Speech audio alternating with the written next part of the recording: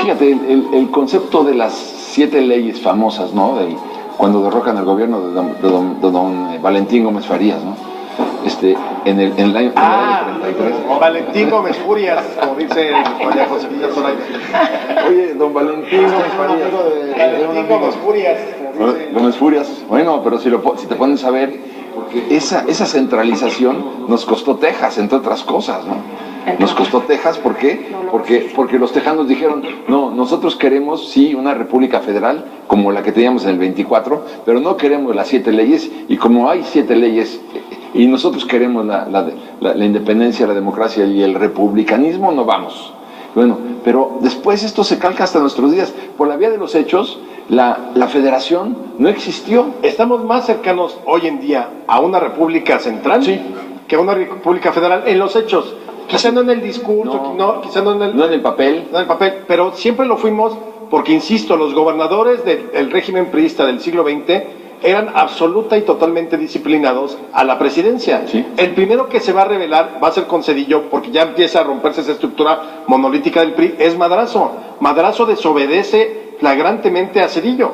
Pero fuera de ahí, ¿quiénes fueron los 2 presidentes que más gobernadores removieron por sus pistolas? López Portillo. No, Salinas y Cárdenas. Cárdenas lo entiendes porque trataba de echarse al callismo. Pero Salinas, se supone que en un momento donde es el neoliberalismo y la democracia y todo eso, fue el que más removió por sus pistolas. ¿Qué desafuero y qué juicio político? Soy Salinas de Gortari y lo hago. Eso fue lo que sucedió. Sí, claro. Y yo insisto en que en el papel es una gran constitución.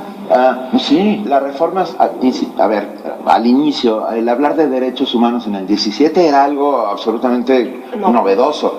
Pero más que de derechos humanos, porque te digo que esas garantías individuales ya venían desde el 57, es toda la cuestión social que no estaba codificada. Bueno, pues ahí empieza a codificarse, es hasta 2011 en que se adhieren los nuevos, o sea, se y una constitución que se adelanta inclusive a la Revolución Rusa y a los preceptos de la igualdad, claro. O sea, es increíble. Nuestro artículo 3, ¿no? La instrucción que imparta el Estado será laica. Bueno, ahora vemos Cabernales que van y vienen, ¿no? Que insisten todavía en que la instrucción que imparte el Estado será católica o religiosa, como tú quieras. Yo creo que, ¿por qué fue tan anticlerical la Constitución del 17? Precisamente porque Porfirio Díaz fue el gran traidor que enterró el movimiento liberal mexicano del siglo XIX. Entonces, claro, la respuesta es este radicalismo justificadísimo. Después de haber sido uno de sus héroes. Después de haber sido uno de los héroes. Yo creo que entendió el país. Porque no había instrucción pública. No había instrucción. Pero tampoco la creó él. No, claro. Pero yo creo que, pero el asunto no es Porfirio Díaz. No. Yo creo que se vuelve jacobino exactamente por todo lo que hizo la Iglesia durante la Revolución. Claro. Apoyar la caída de Madero. Dar una misa de gracias imagínate, cuando asesinan a Madero, al otro día dan una misa de gracias. Y porque venía una generación, y eso es muy importante, entre los ideólogos de la Revolución, que ya era anarquista y era socialista. Creo que el éxito de la Revolución tuvo que ver con, al menos, y es lo menos que podían haber logrado, se codificaron cosas que antes de la Revolución no existían. La jornada de 8 horas, seguridad social, la gratuidad de la educación, todo ese tipo de cosas que no existían, la propiedad originaria del suelo y del subsuelo de la nación, que no lo tenía tampoco, o sea, muchas cosas que quedaron, que es un paso fundamental en el desarrollo de las sociedades, es la codificación, es llevar la cotidianidad o la costumbre a la ley. Y creo que ahí sí es un triunfo revolucionario, y lo lograron porque al final la Constitución sí tiene reunidas las grandes demandas que le dieron origen ideológico a la Revolución. Imagínate, ahorita que dices el artículo 123, cuando se está legislando en Querétaro, es increíble lo que voy a decir, pero lo tengo documentado. Venustiano Carranza manda a apagar la luz para que no se legisle el 123. O sea, no hay que perder de vista que Venustiano Carranza era un porfirista. Acuérdate que suprime y corta a la Casa del Obrero Mundial. Suprime la Casa del Obrero Mundial. Bueno, increíble. Y no solamente se da una serie de fusilamientos de obreros en el mismo Palacio Nacional. Es decir, es increíble lo que pasa con Carranza. Y ¿sabes qué es lo más curioso del mundo? Que vas a muchas plazas mexicanas y ves monumentos de Venustiano Carranza con el caballo levantado en 2 patas y la Constitución del 17 en la mano, cuando él nunca quiso una constitución. Pero al final creo que él trae la idea de esa gran reforma constitucional y sí trae una idea de cambio en el Estado. Pero su propuesta en su propuesta por escrito dice reformemos la Constitución del 57. Sí, es como Mancera que quiere su Constitución. Ay, no, ¿verdad? No es el tema. No, bueno, pero en este espíritu de rescatar la del 57, y como bien dices, Paco, hay algunos artículos que no quieren como meter la mano, porque toda esta idea que él tuvo de los latifundios no era tan sencillo. Yo creo que el éxito de Carranza fueron los radicales. O sea, no los carrancistas. Eso fue el éxito de esta Constitución. Y insisto en esos 2 meses. Yo me imagino estar en Querétaro y decir en diciembre, porque además aquí diciembre parece que ya todo el mundo nos vamos y diciembre no pasa nada. No, se ponen a trabajar.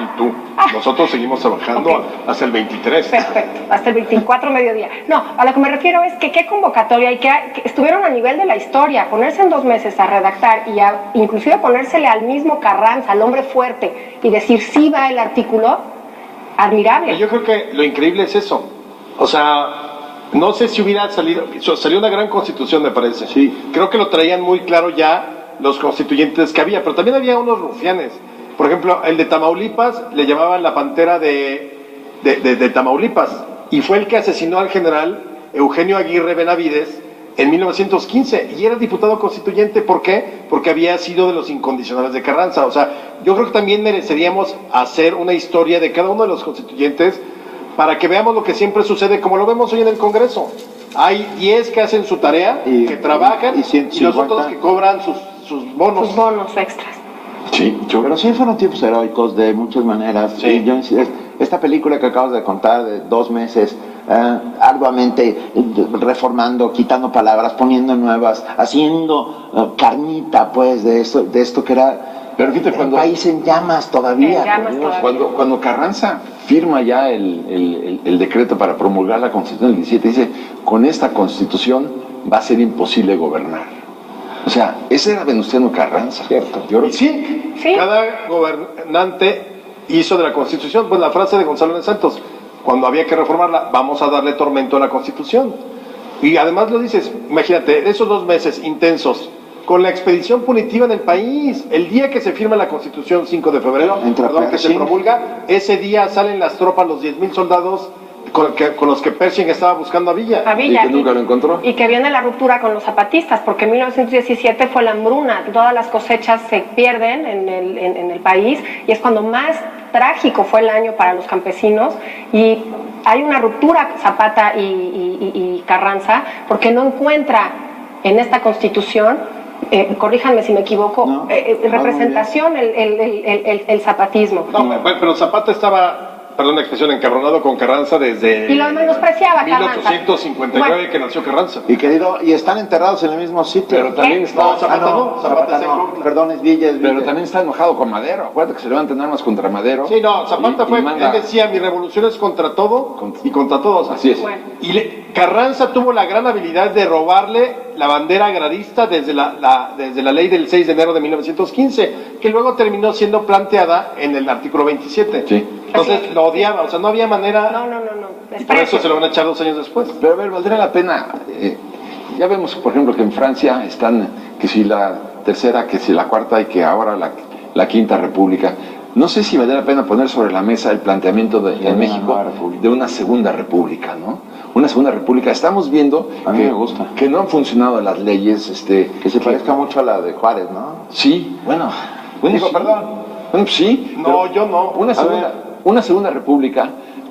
Estamos viendo toda esta fenomenología actual por ejemplo, del narcotráfico, que ya costó pues, más de 200,000 vidas, 50,000 desaparecidos, no sé cuántos cientos de miles de huérfanos, cómo hemos asustado al turismo y a la inversión extranjera. A lo mejor vale la pena no solamente reglamentar penalmente esto o dar una modificación, sino a lo mejor hacer una nueva constitución, porque esta ya tuvo 600 parches, a lo mejor actualizarla ya para tener un modelo definido final, ¿no? La segunda República Mexicana. Yo lo plantearía de otro modo, yo refundaría el Estado mexicano. No, bueno. Una refundación que... ¿Con eso te quedas? Sí, voy para allá rápido. Una refundación que eligiera a un grupo para gobernar, o sea, sí unas elecciones y todo, pero 0 partidos, sino sociedad civil que eligiera a sus representantes para que de ahí eligiéramos presidente y todo, un gran pacto social, porque si ese sistema, si seguimos construyendo en este sistema, no vamos a llegar a ningún lado, porque está podrido, tiene que refundarse todo, y eso incluye leyes. Una segunda república. Bueno, lo podemos llamar así. Juarista. ¿En qué te quedas? Yo me quedo con lo moderno de la Constitución del 17, me quedo con lo mal que la hemos aplicado y me quedo con poner el dedo en la llaga de no más corrupción, no más impunidad y de verdad, si tenemos una ley tan bien hecha, tan de vanguardia, dejemos de estar jugando al ser y no ser. Sí. Yo me quedo con el espíritu de la ley, que se habla mucho del espíritu de la ley. El espíritu de la ley está escrito en blanco y negro sobre papel. Ese espíritu es el que debemos continuar, hacerlo valer todos los días. Y de verdad las cosas cambiarían simple y sencillamente con hacer valerla. Punto. Hemos evolucionado mucho. Ahora tenemos un instituto electoral, ¿no?, que me parece muy bien, independiente. Tenemos un tribunal electoral que es independiente. Tenemos un INEGI que es independiente. Tenemos un Banco de México que es independiente. O sea, creo que hay cosas que funcionan, pero nuevamente, si tú sigues construyendo con esas cosas que funcionan más o menos bien en el mismo sistema que no funciona ya, vas a seguir creando y construyendo híbridos. Parches. Sí, bueno, por eso, entonces, yo creo que lo que importa sí es que finalmente los mexicanos nos apartemos, sobre todo contemplando el engendro republicano que es el proyecto de constitución del Distrito Federal, que es una verdadera vergüenza. Bueno, que pensemos que no porque cambiamos la ley vamos a cambiar el país.